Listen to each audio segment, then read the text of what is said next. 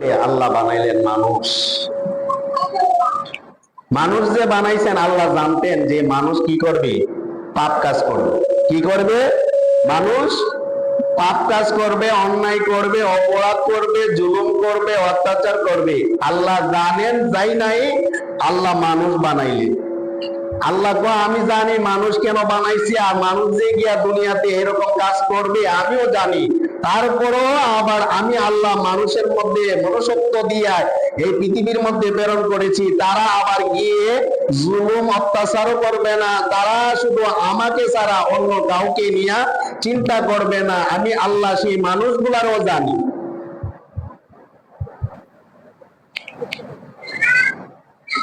আল্লাহকে আমি মানুষ বানাইয়া আমি আল্লাহ একটা নাম দিলাম গাফুরুর রাহিম। সুবহানাল্লাহ বলেন। কি দিলেন? গাফুরুর রাহিম, ক্ষমাশীল। সুবহানাল্লাহ বলেন। আল্লাহ কি? ক্ষমাশীল। আল্লাহ মানুষের গুনাহকে ক্ষমা করে দেন, ঠিক না? আল্লাহ মানুষের গুনাহকে ক্ষমা করে দেন। তার একটি সিফতি নাম আমার দয়াল নবীজর ছিলেন। আল্লাহ হলেন স্রষ্টা হিসাবে গাফুরুর রাহিম, আর আমার নবী হলেন সৃষ্টি হিসাবে গাফুরুর রাহিম। আমার নবীর কাছে যদি কেউ অন্যায় অপরাধ করত বা আড়ালে কোনো গালাগালি করত, তারপরে আমার নবীর কাছে যদি আয়েশা বলতো আমি অন্যায় করেছি, অপরাধ করেছি, নবী গো আপনি আমাকে মাফ করে দেন, আমার নবী সাথে সাথে মাফ করে দিতেন। সুবহানাল্লাহ। আল্লাহ যেমন বলেন আমার কাছে যখন কোনো বান্দা ক্ষমা চায় আমি আল্লাহ কি করে দে? মাফ করে দে। আর আমার কাছে যখন কোনো বান্দা ক্ষমা চাই নাই আমি অপেক্ষা থাকি বান্দা আমার কাছে ক্ষমা চাই কি না। যদি আমার কাছে চাই আমি আল্লাহ সাথে সাথে তার জীবনের গুনাহকে মাফ করে দিয়াই আমি মাসুম বানাইয়া, আবার পৃথিবীর মধ্যে যেভাবে মাসুম বাচ্চারা গুনাহ করে না সেই রকম মাসুম বানাইয়া আমি দেই। শুধু তাই নয়, ওই বান্দারে আমি আল্লাহ মনোনীত করিয়া আমি বন্ধু রূপে বানাই আনি। চিৎকার করবেন আল্লাহু আকবার।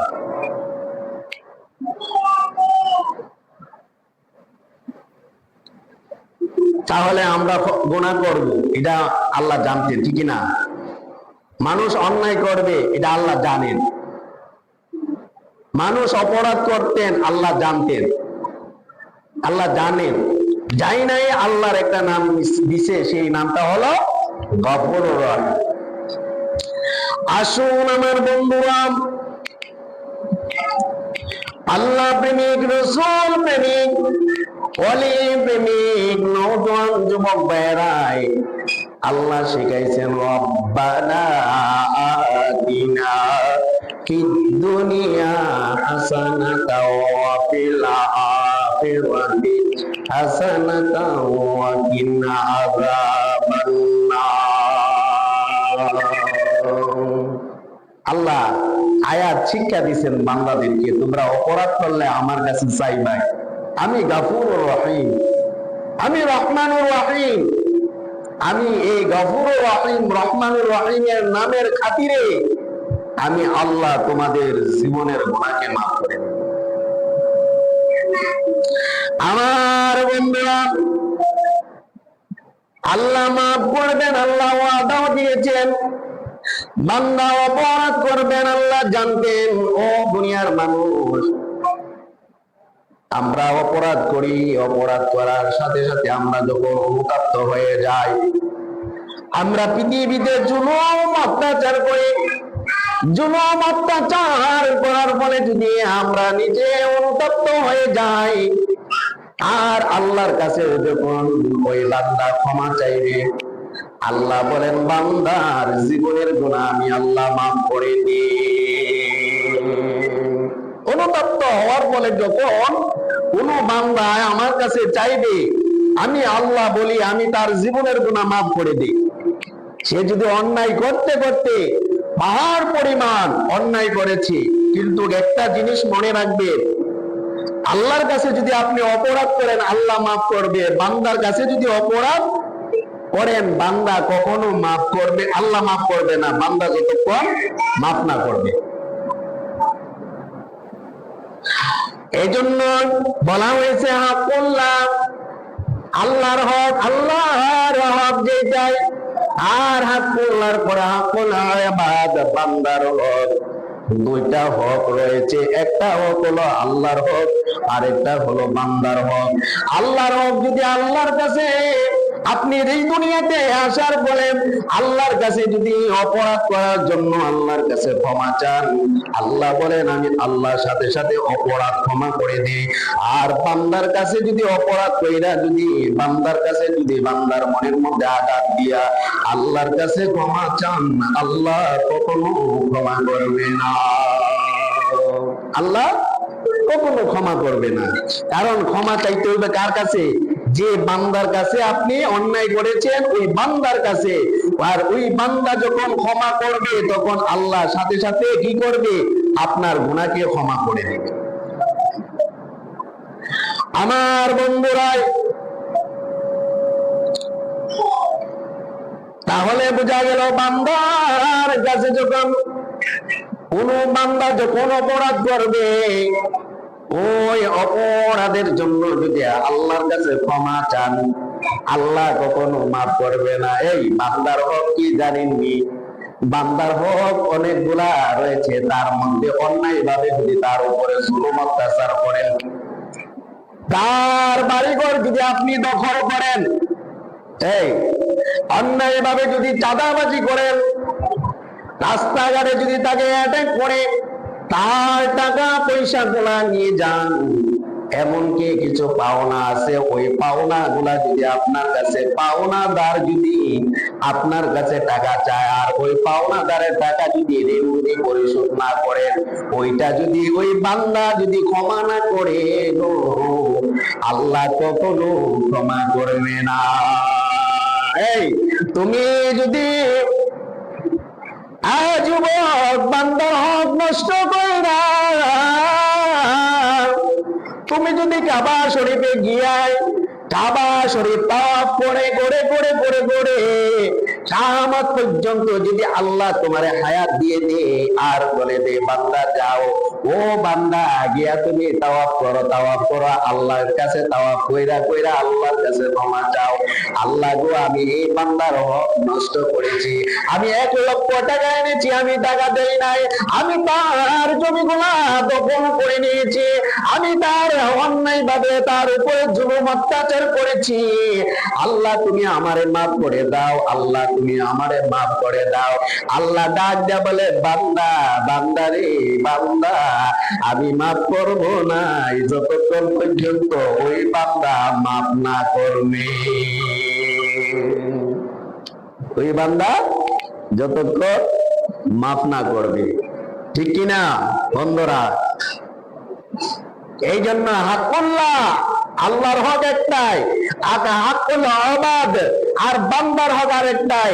বান্দার হক নষ্ট করে দেয় আল্লাহর কাছে ক্ষমা চাইলে আল্লাহ কখনো ক্ষমা করবেন নাই, কিন্তু আল্লাহর হক নষ্ট করে যদি আল্লাহর কাছে ক্ষমা চান আল্লাহ বলবে বান্দা অপরাধ করেছে, অনুতপ্ত হয়েছে আমার কাছে, অপরাধ করছে আমার কাছে, আমি আল্লাহ সাথে সাথে তারে মাফ করে দিলাম। আল্লাহু আকবার। আল্লাহর হক কি? আল্লাহ বলছেন তা'মুরুনা বিল মারুফ ওয়া তানহাউনা আনিল মুনকার, তোমরা সৎ কাজে আদেশ দাও অসৎ কাজে নিষেধ দাও। আল্লাহ বলছে না আকিমুস সালাত, নামাজ কায়েম করো, ওয়া আতুজ যাকাত, যাকাত প্রদান করো। এই নামাজ পড়ার জন্য আল্লাহ বলেছেন, যাকাত প্রদান করার জন্য আল্লাহ বলেছেন। যে জায়গার মধ্যে নামাজ সেই জায়গার মধ্যে যাকাত। যাকাত যদি আপনার উপরে ফরজ হয় তাহলে যাকাত আপনি দিতে হবে। আর নামাজ তো 7 বছর পর থেকে আপনার উপরে তাকিদ দিতে হবে। 12 বছর হওয়ার ফলে আপনার উপরে নামাজ পড়া ফরজ হয়ে যায়। নাবালক থেকে যখন সাবালক হয়ে যাবে তখনই নামাজ ফরজ। ঠিক আছে, বুঝছেন নি? আর 7 বছরের ক্ষেত্রে গিয়া মানুষকে নামাজের জন্য তাকিদ দেওয়ার জন্য বলা হয়েছে। নিজের সন্তানকে নামাজের জন্য আল্লাহ রাসূল বলেছেন তার উপরে প্রহার করো, আঘাত করো। নামাজের জন্য। অন্য কোন ক্ষেত্রে আল্লাহ আদেশ করেন নাই, আল্লাহ রাসূল আদেশ করেন নাই যে তার উপর আঘাত করো, কিন্তু নামাজের ক্ষেত্রে আমার দয়াল নবীজি ঘোষণা করে দিয়েছেন, উম্মত তোমার সন্তানদেরকে নামাজের জন্য আঘাত করো, প্রহার করো, আর নামাজের জন্য তাকিদ দাও, আর নামাজে মসজিদে আয়েশা নামাজ পড়ার জন্য তাদেরকে নিয়ে আসো। চিৎকার করবেন আল্লাহু আকবার। কে কইছে? আমার নবী, আপনার নবী রাহমাতুল লিল আলামিন, আমার নবী ঘোষণা করেছেন। আর আমাদের আসলে আমরা ছোট্ট ছোট্ট বাচ্চাদেরকে যারা আছে তাদেরকে নিয়ে আসবেন, হাতে ধরে আঙ্গুলে ধরে নিয়ে আসবেন। তারা যদি ঘোরাফেরা করে অসুবিধা নাই, ঘোরাফেরা করো, তারা ফেরেশতা, এটার মাধ্যমে তারা শিখবে। তাদেরকে বাধা দিবেন না। আসতে যদি চাই নিয়ে আসবেন, পুলো করে নিয়ে আসবেন, সুন্দর পোশাক পরে পরিধান করে নিয়ে আসবেন, পাঞ্জাবি পরায়া নিয়ে আসবেন, মাথার মধ্যে টুপি পরায়া নিয়ে আসবেন, দেখতে সুন্দর লাগবে। পায়জামা থাকলে পায়জামা পরায়া নিয়ে আসবেন। তখন দেখবেন ছোট্ট থেকে যদি এভাবে গড়ে ওঠে, তখন সে একজন নামাজি হবে, আল্লাহকে ভয় করবে, তার মধ্যে ভয় ভীতি সৃষ্টি হবে, হুজুরের প্রতি মহব্বত সৃষ্টি হবে, হুজুরের প্রতি তার একটা মায়া সৃষ্টি হবে। আর যদি এই নামাজের প্রতি যদি তাকে আকৃষ্ট না করেন, তাহলে তার প্রতি তার মধ্যে ইসলাম থাকবে না, তার মধ্যে আদব কায়দা থাকবে না, তার মধ্যে মা বাবার মহব্বত ভালোবাসা থাকবে না।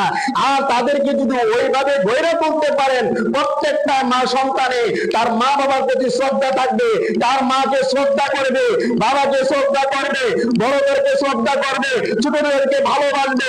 কেননা ছোট্টবেলা থেকে সে গড়ে উঠছে যে আমার হুজুর বলছে বড়দেরকে সম্মান করার জন্য, আমার হুজুর বলছে আমার মাকে সম্মান করার জন্য, আমার মায়ের কথা শোনার জন্য, আমার বাবার কথা শোনার জন্য, বড়দের কথা শোনার জন্য, ছোটদেরকে ভালোবাসার জন্য। আমার হুজুর বলছে আমি তাই করব, কারণ হুজুর তো যা বলছে কোরআন হাদিস থেকে বলছে, ঠিক কিনা? কোরআন হাদিস বাহিরে নয়। আর এইরকম যদি হয়, একদিন দেখবেন হযরত হুসাইন মনার সুন্নি আমার ভাইয়েরা তৈরি হবে, নবীর প্রেম ভালোবাসা তৈরি হবে। দেখেছেন গত কয়েকদিন আগে চাঁদপুর বিল্লাল হোসেন নবীর বিরুদ্ধে ওই মসজিদের একজন খতিব নবীকে পিউনের সাথে তুলনা দিয়েছিল। কার সাথে? পিউনের সাথে। নাউজুবিল্লাহ না, রাহমাতুল লিল আলামিনকে পিউনের সাথে তুলনা দিয়েছে। ওই বিল্লাল হোসেন বলে যে আমি মাইনা নিতে পারি নাই, আমার নবীকে পিউনের সাথে তুলনা দিবে, এই ধরনের মোল্লা আমার দরকার নাই। সে কি করছে, একটা দা নিয়ে, একটা ওই যে কি করে আমরা যে মাংস বানাই, হাড্ডি যখন হাড্ডি কোবাই, ওই রকম অস্ত্র নিয়ে তার উপরে হামলা করেছে এবং আঘাত করেছে। এটা হলো নবীর প্রেম ভালোবাসা। আওয়াজ করে বলেন ঠিক কিনা? এটা হলো নবীর প্রেম ভালোবাসা। তারে পুলিশে জিজ্ঞাসা করে তুমি কেন তার উপরে এইভাবে হামলা করছো, এভাবে কেন আঘাত করছো? সে এভাবে সে কাকুতি মিনতি করে বলতেছে ওই প্রশাসনের সামনে যে স্যার আমার নবীকে সে বারবার পিউনের সাথে তুলনা করেছে, আমি বিল্লাল মাইনা নিতে পারে নাই। তখন আমার শরীরের রক্তগুলা গরম হয়ে গেছে। যে নবীকে সৃষ্টি না করলে সৃষ্টি জগতের কোনো কিছু সৃষ্টি করতো না, যেই নবীকে সৃষ্টি না করলে আমি বিল্লাল আসতাম না, যে নবীকে সৃষ্টি না করলে আপনারা প্রশাসনিক যারা আছেন তারা আসতেন নাই, এমনকি ৮০,০০০ আলম বানাইতো না, লৌহ কলম কোনো কিছু বানাইতো না, আসমান বানাইতো না, জমিন বানাইতো না, এমনকি কোনো কিছুই বানাইতো না। আর সেই নবীরে ওই লোকে বলে পিয়ন, আমি তখন বিল্লাল মাইনা নিতে পারি নাই, তখন তার উপরে আমি হামলা করেছি। দেখছেন প্রেম ভালোবাসা কারে? তাহলে নবী হলেন আমাদের কি ঈমান, নবী কি আমাদের ঈমান। নবী বলছেন লা ইউমিনু আহাদুকুম হাত্তা আকুনা আহাব্বা ইলাইহি মিন ওয়ালিদিহি ওয়া ওয়ালাদিহি ওয়ান নাসি আজমাইন। আমার নবী, আপনার নবী রাহমাতুল লিল আলামিন নবী ঘোষণা করেছেন, ও উম্মত রে, উম্মত তোরা ততক্ষণ পর্যন্ত মুমিন হইতে পারবি কতক্ষণ পর্যন্ত, যতক্ষণ পর্যন্ত তারা আমাকে জানের চাইতে ভালোবাসবি, তোদের পরিবার পরিজন যারা আছে তাদের চাইতে ভালোবাসবি, এমনকি আওলাদের চাইতে তোরা আমাকে বেশি ভালোবাসবি, এমনকি জীবনের চাইতে তোরা আমাকে বেশি ভালোবাসবি, ওই সময় মুমিন হইতে পারবা। আর এর চাইতে যদি তোমরা ওই রকম ভালো না বাসো তখন তোমরা মুমিন হইতে পারবে না। বিল্লাল বলে, ও দুনিয়ার মানুষ, তোমরা যদি আমাকে কি করো ফাঁসি দাও, ফাঁসি দেওয়ার পরে আমি হাসি মুখে ফাঁসি নিব, কারণ আমার নবীকে যদি সে এত বড় কথা বলতে পারে, পিউনের সাথে, দুনিয়ার পিউনের সাথে তুলনা দিতে পারে, আসলে সে মানুষ নয়, সে মানুষ নয়, সে নবীর দুশমন, ইসলামের দুশমন এবং ইসলামের শত্রু। আমি সেজন্য বিল্লাল ওই ইমাম সাহেব এবং খতিব সাহেবের উপরে হামলা করেছি। দেখছেন কি প্রেম, আল্লাহর লীলা খেলা বোঝা বড় যায়। কার প্রেমে সে হামলা করেছে বলেন তো? এই কার প্রেমে? নবীর প্রেমে হামলা করেছে। নবীর প্রেমে মুগ্ধ হয়ে ওই ইমামের প্রতি হামলা করেছে। যখন পুলিশ এই কথা শুনছে, পুলিশের মন কি করবে? এই পুলিশের মন তো গলে যাবে, ঠিক কিনা? সে যদি বিশাল বড় আসামি হোক, সে খুনও করো, তখন বিল্লাল যখন এই কথা বলবে তার কাছে তো রেকর্ডও আছে, আর ওই বক্তা যে কথাগুলো বলছে এটাও তো রেকর্ড আছে, আছে কি আছে না? আছে, আপনারা দেখছেন, শুনছেন, যারা ইউটিউব চালান, যারা ফেসবুক চালান তারা দেখেছেন। সে যে এরকম কথা বলছে তখন তো স্পষ্ট হয়ে গেল। যার মধ্যে নবীর প্রেম ভালোবাসা থাকবে, সে পুলিশ প্রশাসন হোক না কেন, এমনকি আদালতের প্রধান হোক না কেন, সেও কখনো সহ্য করতে পারবে না। আমার বন্ধুরা, বিল্লাল আজকে কালকে দেখলাম, শুনলাম, গত কয়েকদিন আগে শুনেছি, চট্টগ্রামের যারা আহলে সুন্নাত ওয়াল জামাতের অ্যাডভোকেট 300 জন তার পক্ষে কাজ করবে। আল্লাহু আকবার বলেন। কয়জন? 300 জন অ্যাডভোকেট কাজ করবে তার পক্ষে। এটা জুগাইছে কেডা? আমার কথা বল না কেন, কেডা জুগাইছে? আপনি ধরেন না একটা খুন কইরা বা একটা মানুষ আঘাত কইরা আপনার পিছনে মামলা করবেন, দূরের মামলা লড়ব দূরের কথা, টাকা দিয়েও অ্যাডভোকেট কে জোগাড় করতে পারবেন না। আমার কথা বল না কেন? টাকা দিয়েও জোগাড় করতে পারবেন না, আপনার পিছনে লড়বে। আপনি আহত কইরা বা আঘাত কইরা আপনার উপর যদি মামলা হয়, কিন্তু ওই বিল্লালের পক্ষে চট্টগ্রামের 300 অ্যাডভোকেট এক হয়ে ঘোষণা দিয়েছে, আমরা বিল্লালের পক্ষে লড়ে যাব এবং তাকে জামিন করেই ছাড়বো ইনশাআল্লাহ। আল্লাহর পক্ষ থেকে তাকে জামিন করাইও দিয়েছেন। সুবহানাল্লাহ বলেন, সুবহানাল্লাহ। তারে জামিনও করাইয়া দিছে। কালকে দেখলাম ফেসবুকে সে জামিন হয়ে আসছে। দেখো এই জায়গারা মদিনাওয়ালার প্রেম যখন আপনার অন্তরের মধ্যে থাকবে, এটা কই না, আপনি কিন্তু কমাই দেন, বারবার বলতেছে, আপনি একটু কমাই দেন। এই নবীর প্রেম যখন অন্তরের মধ্যে থাকবে তখন আল্লাহ আপনাকে বাঁচাইবে, মদিনাওয়ালা বাঁচাইবে। এই জন্য ইমাম হুসাইন রাদিয়াল্লাহু তাআলা নবীর প্রেমে মুগ্ধ হয়ে নানা গো নানা গো নানা গো নানা, আপনার উম্মতরা হাসরের ময়দানে কষ্ট করবে, আপনার উম্মতরা হাসরের ময়দানে আল্লাহ বিচারের কাঠগড়ার মধ্যে আটকায়া যাবে, তাদেরকে জাহান্নামে দিবে গো নানা। আমরাও তো সহ্য করতে পারবো না, আপনি নবী সহ্য করতে পারবেন না। আমার নবীজির কলিজার টুকরা মা ফাতেমা রাদিয়াল্লাহু তাআলা আনহা ডাক দিয়া বললেন, ও আব্বা গো, আব্বা, আমি আমার দুই সন্তান ইমাম হাসান এবং হুসাইনকে আপনার উম্মতের জন্য আমি কুরবান করে দিলাম। আপনার উম্মতরা হাসরের ময়দানে আমার দুই সন্তানের জন্য যদি, কুরবানির জন্য যদি কোটি কোটি উম্মত নাজাত পায়, ও আব্বা, আব্বা গো, ও আব্বা, আমি আমার দুই সন্তানকে আল্লাহর রাস্তায় কুরবানি দিয়ে দিলাম। হযরত হাসান রাদিয়াল্লাহু তাআলা আনহুকে যখন বিষ পান করাইলেন, আমি বলেছিলাম বিষ পান যখন করাইলেন, প্রথমবারে যখন বিষ পান করাইলেন, আমার নবীর কাছে গিয়া রওজা মুবারকে গিয়া ডাক দিয়া বললেন, নানা গো, নানা, ও নানা, আমারে তো বিষ পান করাইছে, ও নানা, নানা গো, এখন আমি কি করব?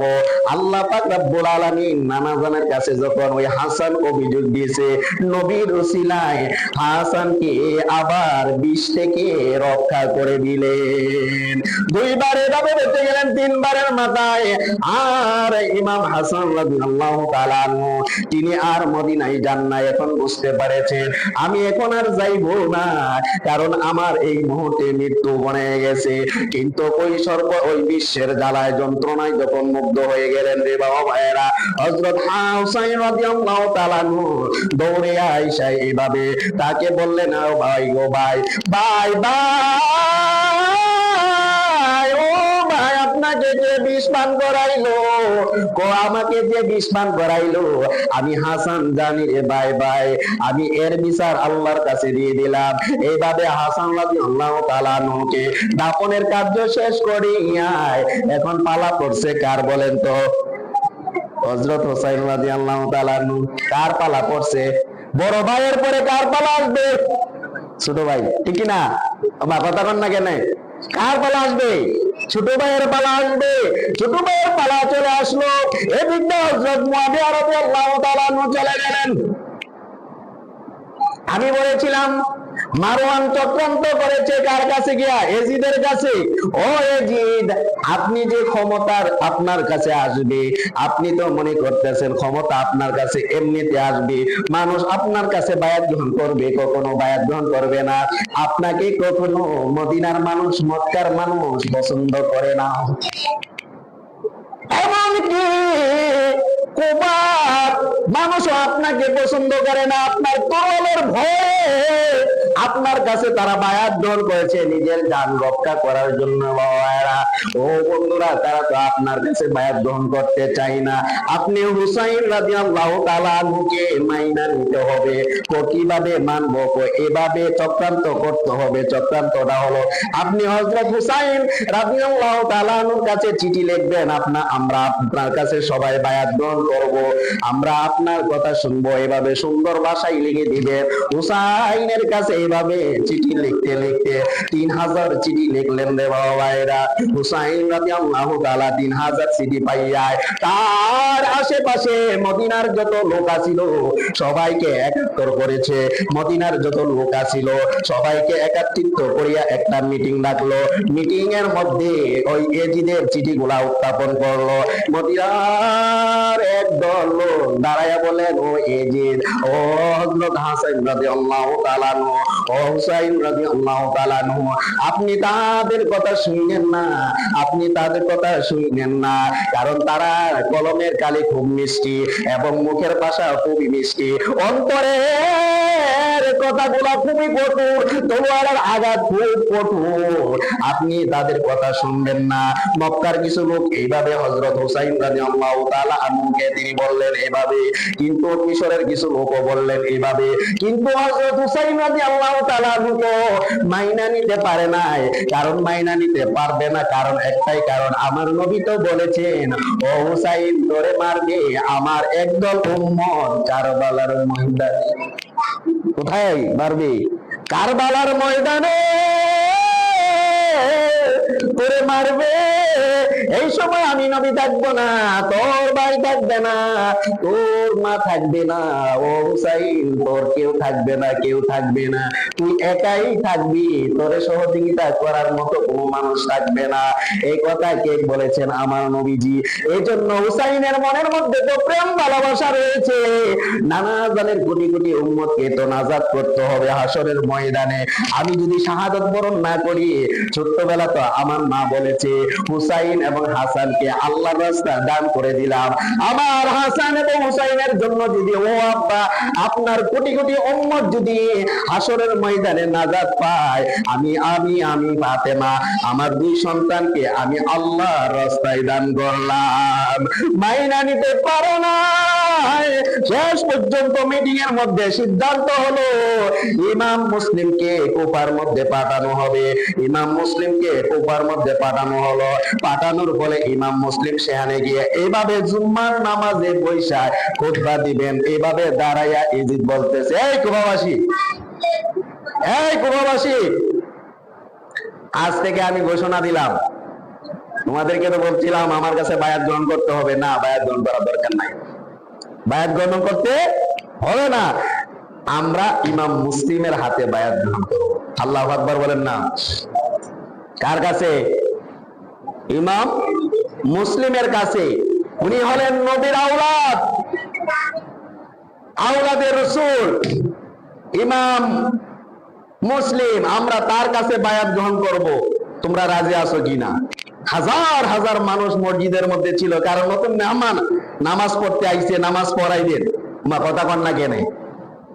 এই যদি কেন্দ্রীয় ভাবে যদি কোনো নেতা আয়ে, ধরেন কেন্দ্রীয় ভাবে যদি কোনো নেতা, যেমন আজকে কথা কই, ঘোষণা এলো যে এখানের মধ্যে তাহির আইছে, নামাজ পড়াইবে, কি দাবি দিছি? ঘোষণা আসলো, এলাকার মানুষ সবাই জানাজানি হইলো, আজকে নামাজে পীর মুফতি গিয়াসউদ্দিন আত-তাহিরি এই শায়েস্তাগঞ্জ জগন্নাথপুর 5 পীর মোকামে কেন্দ্রীয় মসজিদে নামাজ পড়াইবেন। তখন এই মসজিদে কি জায়গা দেওয়া যাইব? ওমা কথা কোন, আশেপাশে এই রাস্তায় আমার না জায়গা দিয়ে দিতে পারবে। একবারে সোনারগাঁ থেকে মানুষ আসবে, ঠিক কিনা? সোনারগাঁ থেকে মানুষ আসবে, এমনকি আপনার হবিগঞ্জ থেকে মানুষ আসবে, আশেপাশে মানুষ তো আসবে। তাহলে এই মসজিদে জায়গা দিবে না, মানুষ কতজন হইব?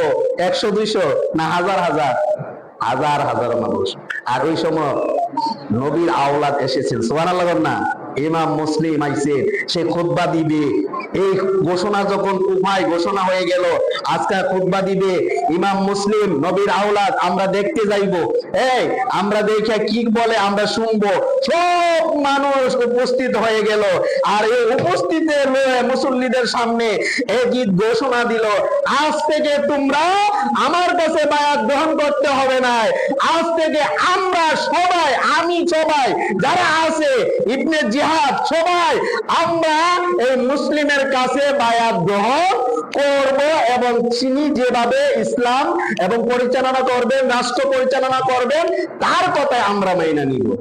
আপনারা কি বলেন? সবাই চিৎকার মেরে বলছে আমরা রাজি। বলেন আল্লাহু আকবার। কে? তারা সবাই বলছে আমরা রাজি, কারণ তাদের অন্তরের মধ্যে তো হুসাইনের প্রেম ভরা, নবীর প্রেম ভরা। আল্লাহু আকবার বলেন না। তাদের অন্তরের মধ্যে হুসাইনি প্রেম ভরা, নবীর প্রেম ভরা, নবীর ভালোবাসা ভরা। তারা এক সুরে এক বাক্যে বললেন আমরা রাজি আছি। ঠিক আছে, রাজি হইলে আমরা আজকের থেকে ওনারে মাইনা নিলাম।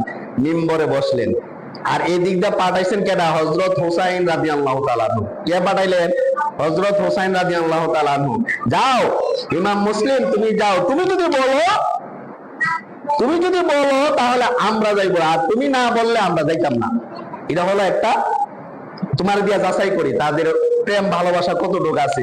আর তোমার যদি মাইরা ফেলে তাহলে বুঝতে পারবো তারা আমার কাছে কি করছে, চক্রান্ত কইরা চিঠি লিখছে। আর মূলত কি চক্রান্ত, মূলত কি চক্রান্ত। বর্তমান ইজিপ্ট মার্কা মুসলমান আছে, এখন চক্রান্ত শুরু হয়ে গেছে, ঠিক না? আমি যদি এগুলা বলি কারণটা কি জানেন? আপনাদের মনের মধ্যে এগুলা উঠাইয়া দেওয়া বাস্তব কথাগুলা। এখন কিছু মানুষ দেখতেছে নবীকে নূর মানতেছে, যারা আগে মানছে যে নবী হলেন মাটির তৈরি, এখন কোন নুরুন আলা নূর, শুধু নূর নাই, নুরুন আলা নূর।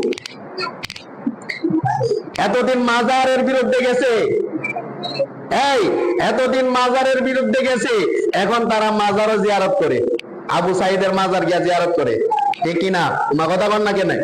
আপনার অনলাইনে দেখেন কিনা? এগুলা বলার কারণটা হলো আপনাদেরকে সতর্ক করে দেয়, তাদের যদি মুখের ভাষা ঠিক আছে, মুখের ভাষা মধু, কলমের কালি লেখা খুবই মধু মিষ্টি ভাষায়, কিন্তু অন্তর কিন্তু ভালো নয়। অন্তরে তাদের একটা উদ্দেশ্য আছে, তাদের উদ্দেশ্য কি? এই ক্ষমতার মধ্যে, চেয়ারের মধ্যে বলবে। এটা মানুষকে বুঝাইতেছে আমরাও কবর জিয়ারত করি, আমরাও নবীকে মাইনা নিছি নূরুন আলা নূর হিসাবে। সুন্নি মানুষরা মনে করবে, সহজে বিশ্বাস করবে, আরে তারা তো এখন নূর মানে। এই নজরুল ইসলাম কাশিমি, আপনারা ওয়াজ শুনেন তো? চট্টগ্রামের না কোন জায়গায় জানেন, আমি হয়তো বলতে পারি না ওনার বাড়িটায়। নজরুল ইসলাম, হযরত মাওলানা নজরুল ইসলাম কাসেমি, উনি আমার নবীকে মানে তার ওয়াজের মধ্যে যখন সাবেক প্রধানমন্ত্রী ক্ষমতায় ছিল ওই সময় আমার নবীর শান সুন্দরভাবে বলছে, নবী নূর, নবী সব কিছু এই সে। আমরা আহলে সুন্নাত ওয়াল জামাত সবাই তার বিশ্বাস করছি। তো নবীরে নূর মানছে সে, আর নবীর শান গায়, এই কারবালার শান গায়, মেরাজের শান গায়, এবং বিভিন্ন রকমের বিভিন্ন কথাগুলো আমরা আহলে সুন্নাত ওয়াল জামাত যেভাবে কথা বলি সেও এভাবেই কথা বলে, নাহলে সে সুন্নি মানুষ, তারে কিন্তু আমরা সাদরে গ্রহণ করে নিচ্ছি। শেষ বেলা কি করলো? যখন ক্ষমতায় চলে গেল তখন উল্টি মারলো, উল্টি মাইরা এখন নবীর বিরুদ্ধে কথা বলে। এখন কি বলে? নবীর বিরুদ্ধে কথা বলে। ও সুন্নি মুসলমানরা, তোমাদেরকে আমি বলি, আমার কথাগুলো ইউটিউবে যাবে, আমার কথাগুলো ফেসবুকের মধ্যে যাবে, তোমরা অতি তাড়াতাড়ি তাদেরকে বিশ্বাস করিও না। তাদের রূপ, তাদের যা কিছু আছে এভরিথিং এজিদের রূপের মতো, তাদের ভাষা খুবই মিষ্টি, তাদের কথা খুবই মিষ্টি, অন্তর কিন্তু তাদের ভালো নয়। তাদের অন্তরের মধ্যে একটা উদ্দেশ্য আছে, যখন ক্ষমতায় বলবে তোমাকে আমাকে রাত্রি দিবে, তারাই তোমাকে আমাকে রাত্রি দিবে। আহলে সুন্নাত ওয়াল জামাতের যতগুলো মাজার আছে ক্ষমতার দিকে তারা বসতে পারে। আমি বলে গেলাম আজকে, তারিখটা লিখে রাখেন, তারিখটা লিখে রাখেন। আজকে আমি এই চেয়ারের মধ্যে বলে গেলাম, এই তারা যদি ক্ষমতায় যায়, ক্ষমতা যাওয়ার পরে বাংলাদেশে যতগুলো মাজার আছে ক্ষমতার ব্যবহার করে তারা প্রত্যেকটা মাজারকে একটা একটা করে ভেঙে ফেলবে। দেখেন ক্ষমতায় গেছে না মধ্যে কি ঘটনা ঘটছে। ঘটনার বলে চিন্তা করলো, যদি এভাবে আমরা করি, এই বুঝবো, এইভাবে যদি আমরা করি, করলে তাহলে আহলে সুন্নাত ওয়াল জামাতের লোক তো অনেকগুলা, তাদের ভোটটা আমরা পাইতাম না। মা কথাটা কর না কেন?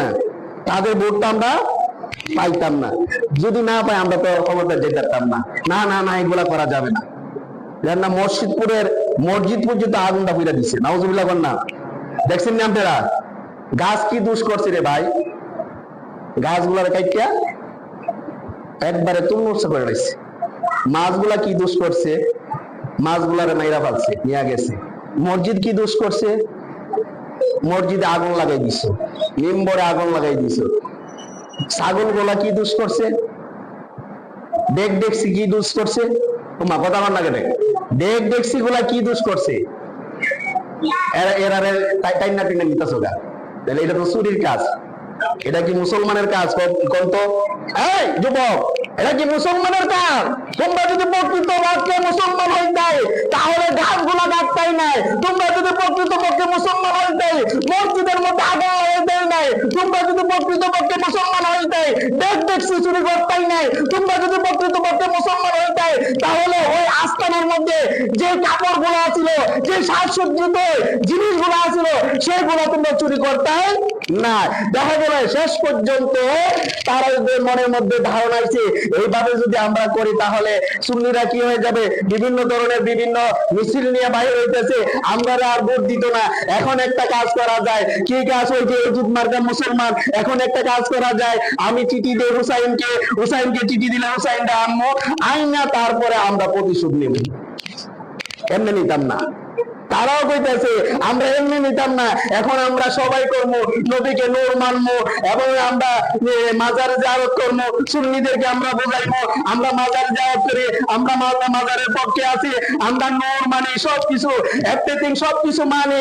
তোমরা এখন আমরা যেমন তোমরা এমন। শেষ পর্যন্ত তাদের উদ্দেশ্য হলো তোমরা আমার ভোট দাও, ভোট দিয়ে আমার চেয়ারে বসাও, চেয়ারে বসার ফলে আমি দেখবা বাকিটা সেই কাজটা কেমনে করি, যেভাবে করেছিল এজিদ। আমার কথা বল না কেন? যে কাজটা করেছিল কে?